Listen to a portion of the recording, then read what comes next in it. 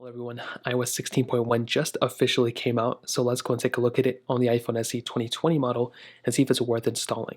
Now the very first thing to keep in mind is that this update just came out, but it did come out to a very interesting size. So it kind of is very interesting because it looks like I wasn't able to actually go ahead and take a screenshot of it.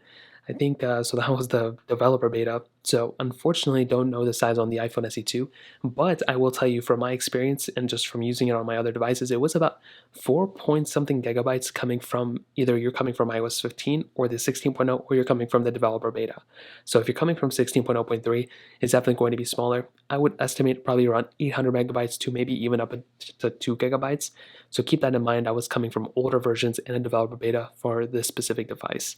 Now, the first update and the first feature, which is cool, is the iCloud shared photo library. So beyond all the bug fixes and stability improvements within this update, we now have a cool thing, which is the iCloud shared photo library, which is cool.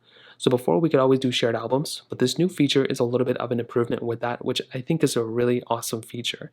Now, one of my favorite things and the thing I'm looking extremely forward to in this specific case is live activities for third-party apps.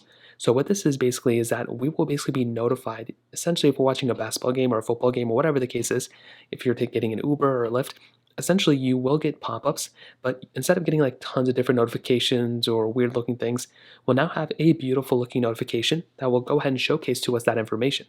So instead of getting tons of different notifications, it'll just be one and it'll update by itself, and it can go ahead and give you a layout of a scorecard or where your Lyft is or Uber is or whatever the case is. It's really cool. Apple demonstrated this in the 16 keynote, and I'm happy to have this here right now. Now, another thing is reachability support for the dynamic island. Now, this is not supported on the SE2, but if you're going from an SE2 to a 14 Pro, well, you're going to have that little dynamic island, when you go into reachability, it's going to pop down. So that's another really cool thing.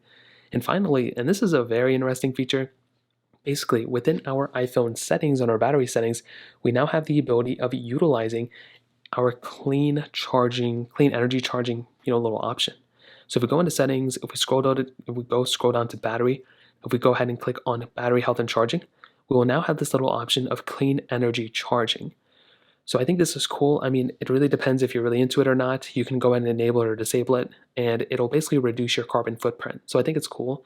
I'm going to keep it enabled, but I am going to see how it's going to affect battery health, which I don't know if it's going to affect and or charging times. So we're going to go ahead and see how that's going to affect it.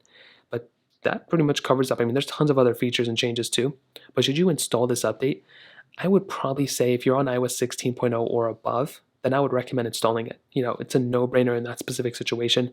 Of course, there's going to be issues and problems like that, but I would still recommend going through and actually updating it in this specific situation.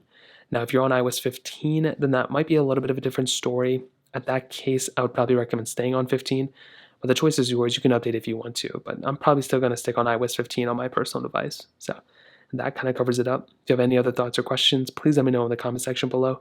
Hit the like button, that would mean so much, but definitely hit that subscribe button. More importantly than everything else, I love every single one of you guys. Hopefully I'll catch you guys in the next video. Peace out till then.